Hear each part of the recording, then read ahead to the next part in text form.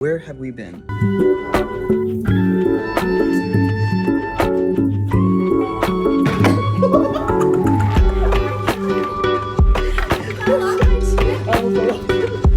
Yo, what's up, ZUDO Fam? How's it going? Hello. How's it going, guys? I'm Zuni. I'm Ibraheem, and yeah, I know it's been a while, so we're kind of just trying to have this podcast update you guys on like Where we've been. where have we been, honestly. Yeah, so it's been quite a crazy year. Few years, to be honest. Yeah, especially like the last year.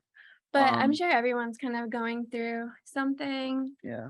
with the pandemic and everything. I think a lot of people have been struggling with different aspects of their life. And so today we wanted to kind of share our story and a little bit about why we've been a little bit MIA. MIA, why, like, what have we've been up to? Kind of like what's going on, and yeah. I think it's just really important for us to be transparent with all you guys because we believe that it's important to be vulnerable, kind of share what we're going through because I think Like others can probably relate, I'm sure. People have probably been through very similar things, and we just wanna, have it's full okay. transparency. It's Exactly. normal to go through life changes and for people to go through struggles and obstacles. So we want to make sure that you feel like you're not alone if you're going through something and that we're with you and we can get through this together. Absolutely. So, yeah, I mean, I guess to start, I think when like I'll backtrack, right? So, when we started Zudo, we were like really putting ourselves out there. I would say we were really trying to create a lot of content, showing a lot of like the behind the scenes and, doing IG lives, and a lot of you guys absolutely loved it. But I think behind the scenes for us personally, doing that along with doing the day to day of like the business stuff, um, it just got overwhelming, and there was a lot going on here.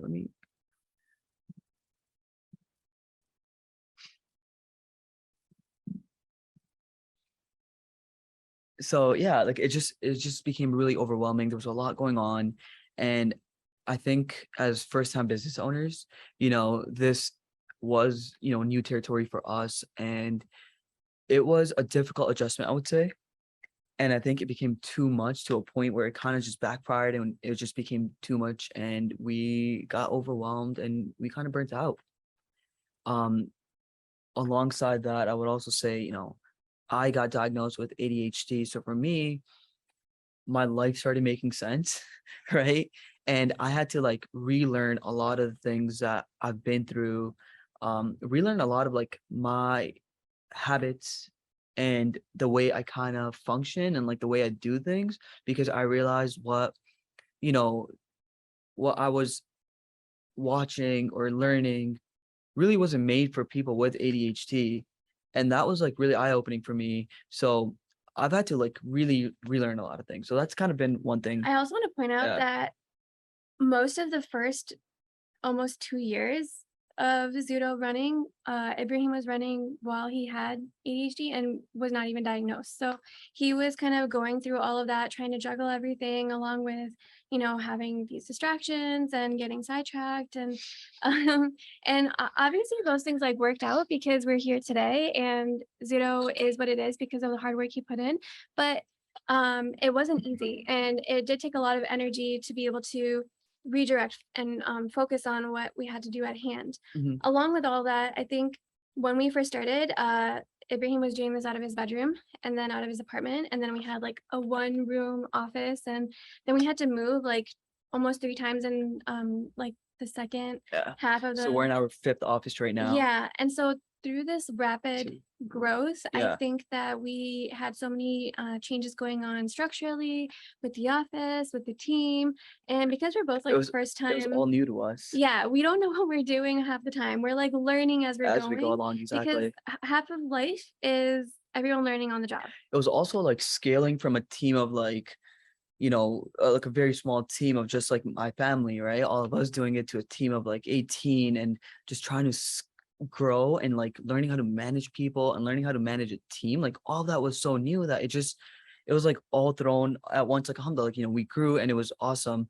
But I think it also came with a lot of things that we had to learn along the way, and everything piled up all at once was, a lot, especially as like first time business owners. So I think that's like where a lot of um kind of like the struggles kind of came in for me personally, I would say. And then I know Zuni, it was a whole nother thing for Zuni. So I don't know if you want to kind of talk Um, about that, but yeah, yeah. I guess I can talk about it. So, anyone who's been with us for since the beginning, you may remember that I was actually like in a PhD program. I really wanted to be a professor, and I was really excited for it. I love teaching. I love helping raise awareness on important issues. That's kind of why we focused our mission on raising awareness on mental health, and also to give voices to survivors of sexual violence in our communities, since that's not often talked about. But unfortunately, with the pandemic and with my program, and a lot of like life changes and stress, I kind of went down like a really into a dark place, and I got really like depressed and anxious. And amidst all that, I actually got diagnosed with type 1 diabetes, which was a really, really difficult life change for me. So, anyone who's not familiar with type 1 diabetes, it's a chronic disease that you have kind of forever.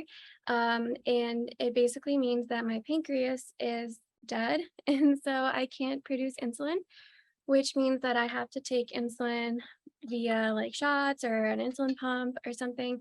And being Desi, South Asian, I think there was a lot of pressure for me to go into the field of medicine growing up. And one of the reasons I couldn't go into it is because of my like deep fear of blood and needles. Oh man.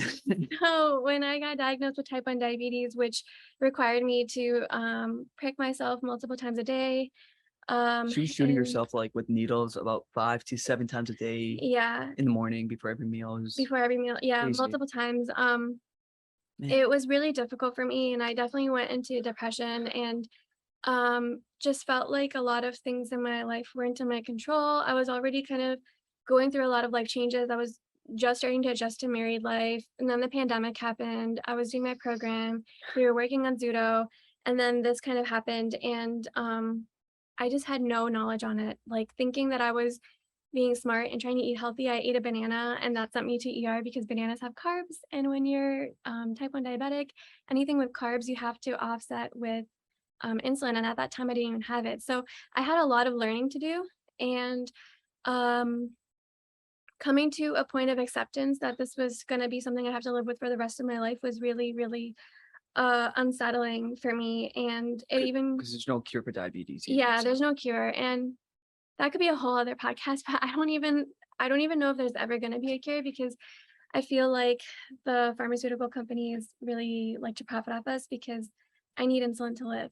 Like I can't survive without it, so I have to buy it and the supplies that go with it. So anyways, for a long period of time, I actually like had my family like just be taking care of me, and I was doing a lot of learning. And I had to come to a really difficult decision to leave my program, because I realized I couldn't decide what was happening with my health. I couldn't control what was happening with the pandemic and a lot of the other things that were kind of happening. All I could really control was how I was responding to it.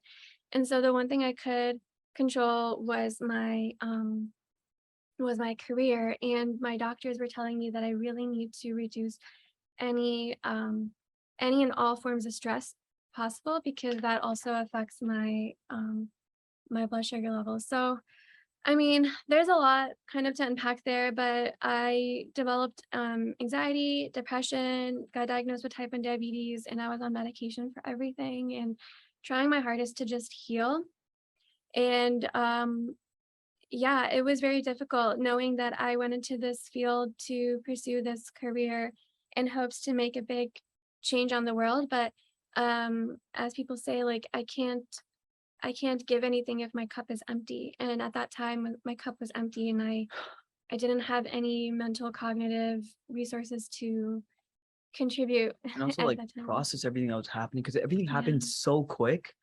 And having a fear of needles and then going from that to shooting yourself with needles 7 8 times a day, it was tough. And I think another thing that, we also didn't expect was like the fact that at night, you know, we got to make sure her sugar doesn't drop too low or doesn't go too high. So even like, a lack of good sleep on a daily basis, like that really sucks. And, seeing it firsthand, like I honestly don't know how you're doing it or how you've done it, Yeah. but props to you because that is not easy. Like it's been tough. Yeah, I can say that I couldn't do it without without Ibrahim, because he would wake up like every day and just check my sugar, because there's been times when I've been so low that I like couldn't move. Like I was like almost passed out, and he had to help me, like nurse me back to health. And this would happen a lot in the beginning just because we didn't really fully understand how to control it. Yeah. And he also committed to helping me like eat healthy and helping me count my carbs and things like that. And helping me check my sugar when I needed to do that and didn't want to cook myself. And now So like having the insulin pump has been game changing. I think it's like part of my night routine to make sure like I check Zuni's levels before, I go to sleep. I'm always waking up in the middle of the night to make sure she's good, but she has like this and her it's insulin connected pump to me. attached to So her. we can do a whole nother video on that another Yeah. time. But I just wanted to say, like, it's been a really tough battle, and I haven't really disclosed to a lot of people about it because I didn't understand it, and I would get really overwhelmed with people's questions because I was still learning at that time. Mhm. And um I think it was at a point where when people would ask me, I would like almost start crying yeah. because it was really hard. It's still hard to like know that, it's like a forever thing. And I will say though, like you have done an amazing job of kind of coming to terms with it and also learning how to work with it and like put it into your routine. And I feel like you're doing a lot better now, alhamdulillah, yeah, right? so I think Never the easy, but yeah. biggest is biggest thing is like we can't control the things that happen to us, but we we can control how we respond to it and what we do about it. Mhm. So if we know that something is difficult or hard for us, sometimes it's okay to say no to other things to make sure that you're okay. Like, and that's what I had to do. And it's one of the reasons why I had to also take a step back from Zudo for some time, because I just couldn't handle, like, I wasn't ready to share it with the world. And I also didn't feel comfortable posting about us or about me when I didn't feel like it was authentic, when I wasn't Mhm. in a good place, you know? And I'm just never a fan of trying to put really happy or like Trying to like fake it, right? yeah, Like I just don't yeah, agree with that for me personally. So yeah. um Yeah, like I yeah. think one thing is like we were both going through all of these things at the same time.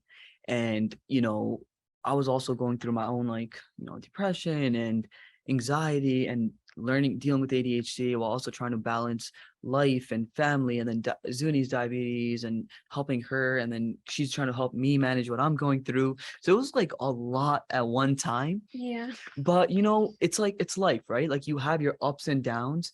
um I would say like after my dad passed away I went through a very very very tough time and kind of what I don't know, I guess recently it was like it felt very similar to me in like kind of what I was going through, but just having like the right support system, her, my family, everyone around me, and alongside that, I think we should talk about like what we actually did and what we've been working on in order to actually kind of get out of this mindset and kind of go back to like feeling like our old selves. Because I think that's why we're even able to create this podcast today, right? I Yeah. think we're able to create this podcast because we've been actively working on getting out of this whole uh mental health battle and struggle that we've been dealing with. So I guess sorry, go ahead, Zinni. Oh, I was just gonna say, like, this is an ongoing battle, and I'm sure for a lot of people out there, like, you may be going through something yourself.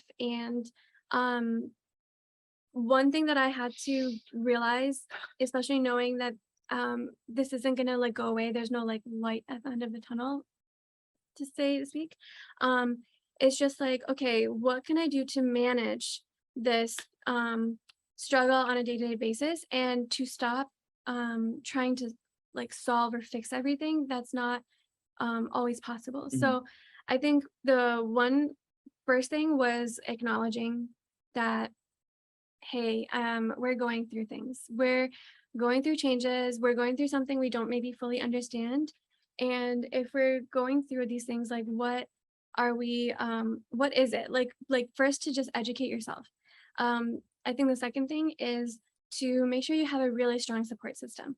And when I Yes. say strong support system, I mean it can be your partner if you have one, it can be your family, your parents, your siblings, your best friends, it could be doctors, it could be therapists, it could be a community that you're part of.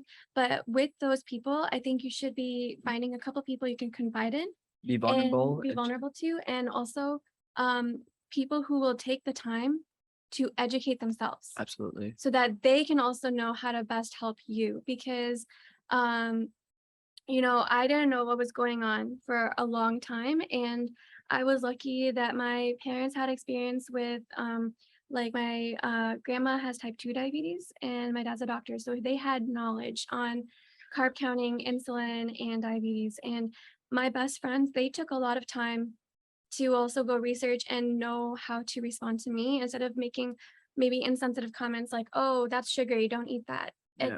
It's not That's not like a good way to go about it. I think it's important for people to take time.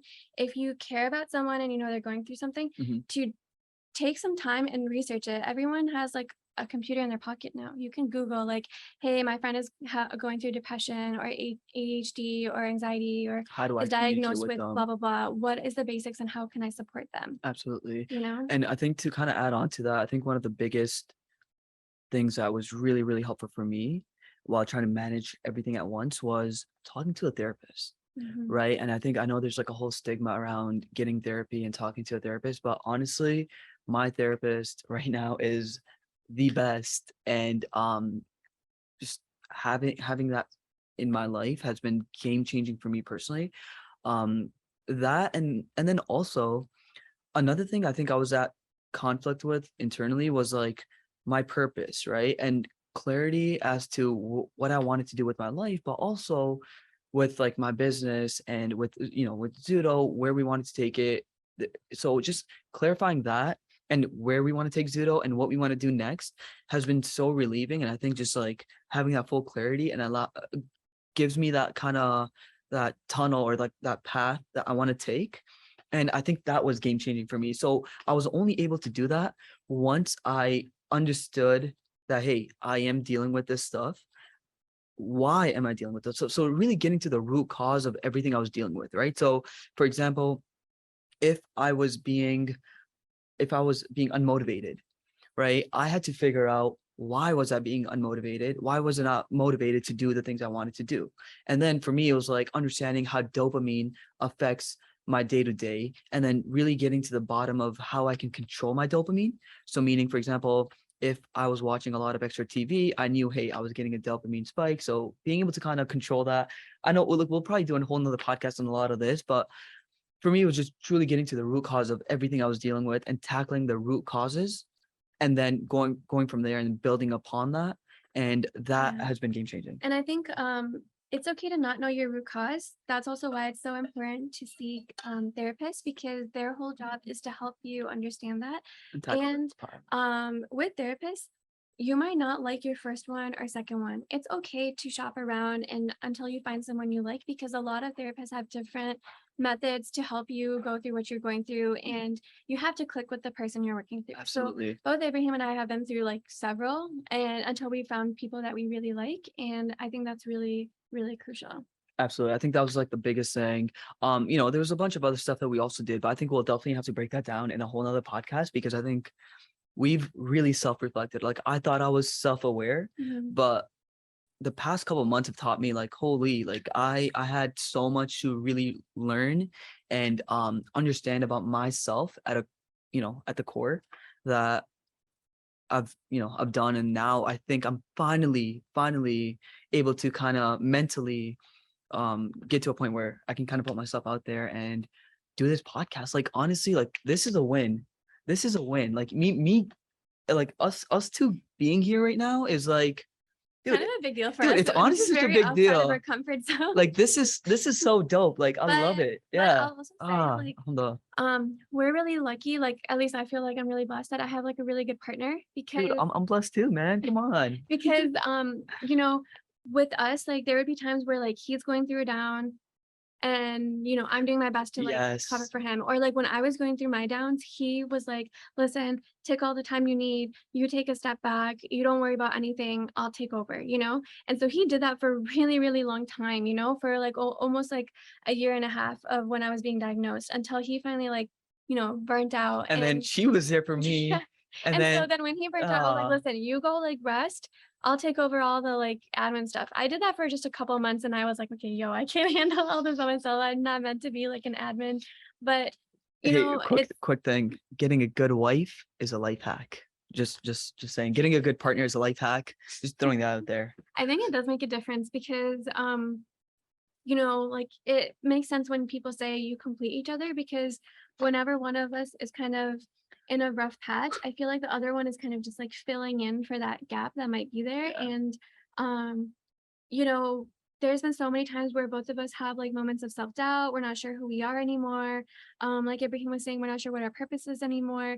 And I think like having someone who's by your side who can help you work through this, grow, and like change and help you elicit like purposeful change is so crucial. And also, like, I think one thing I love about her is she calls out my BS, right? So she questions everything I'm doing.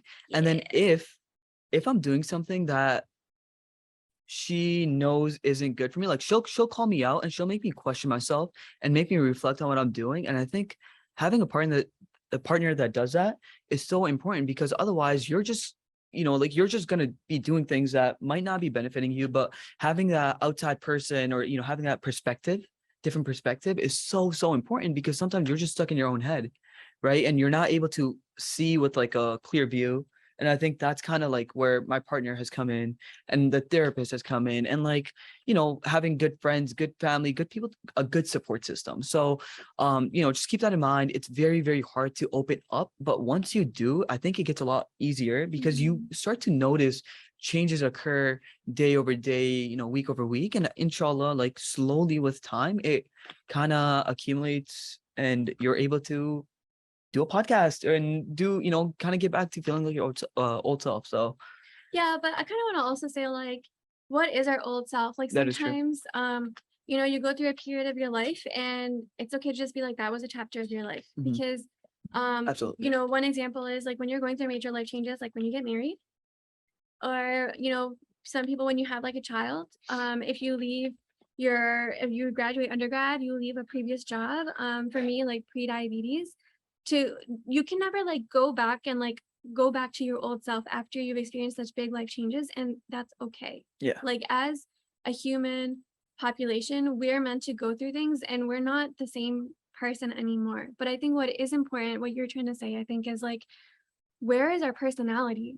What are the parts of ourselves that we love That make us feel that have alive. been lost Yeah. because of the trauma that we've been going through, that have almost suppressed our like fun, excited, enthusiasm, like childlike self that helps us like get up in the morning even, And I think that's the sense of yourself that I felt like was missing for me for so long, because the energy that I used to have that used to contribute to so much positivity and optimism and my bubbliness, and I was always so excited. I love talking to people. I was such an extrovert.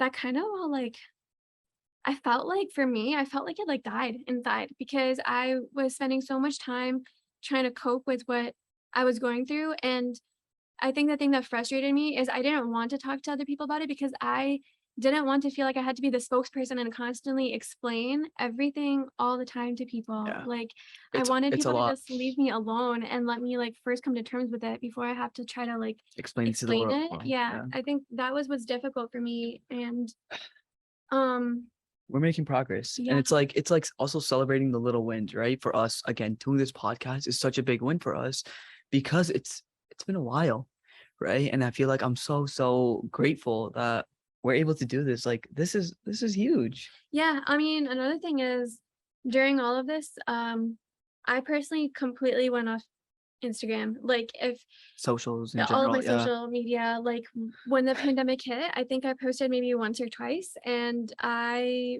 never went on. I never checked anything. I still currently have like hundreds of unread messages that are just overwhelming me because I didn't want to go and like be susceptible to social comparison, knowing that I was just not in a good place myself. I'm a firm believer that if I'm going to go out and be there, I want to be informed about what other people are experiencing and I want to feel like genuinely happy for them and I want to like be proud of people. But I was in a point in my life where I just felt like when I was looking at other people, I knew that I was at a point where I was like, man, they don't know how lucky they are that they're experiencing these positive moments. And I just at that time felt lost and ungrateful and not happy at where I was. Hmm. And I felt ashamed. I felt ashamed, frankly, that I had to leave my program, that I got diagnosed with this illness that I didn't really understand. And I felt isolated because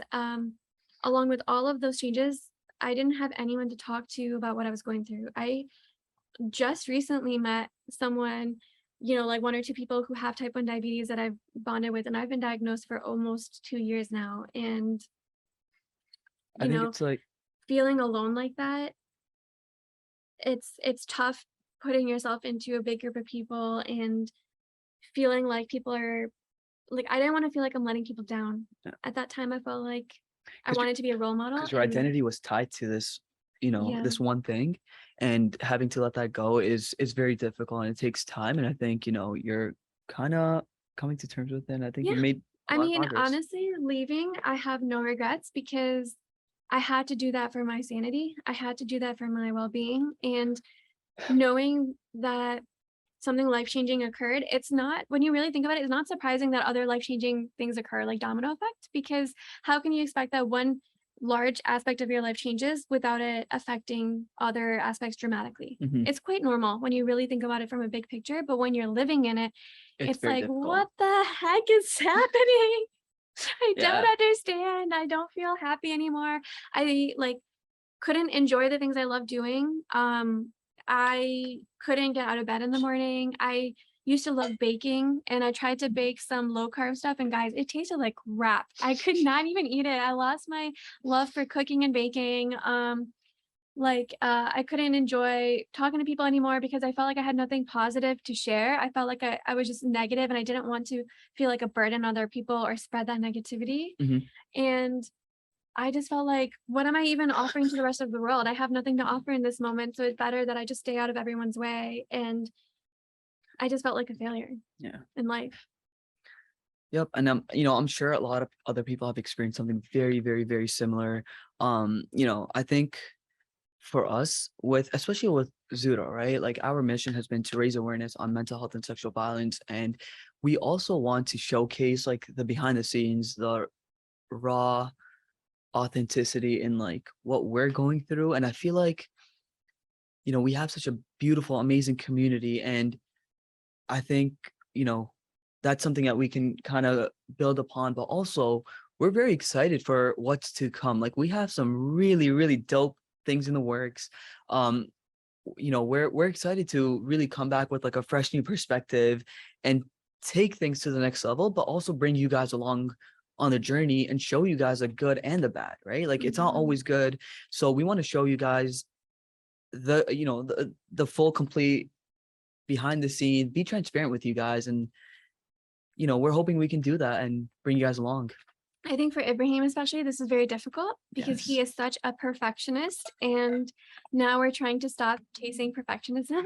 So I think just sharing, you know, like you said, even the tough days, just getting on online and showing you guys like, hey, today's been a rough day and every day is not perfect and every day is not going to be full of smiles and wins and successes, Hmm. because behind every success, behind every win, there's tons of failures, there's tons of things that went wrong. And I think by sharing that, we're going to be a little bit more authentic. We're going to be a little bit more real, more raw, relatable, and relatable. absolutely. And I think along with this is like, we're both going on our own journeys. Like, you know, Ibraheem's going through his own struggles with burnout, with ADHD, with, you know, coming out of depression.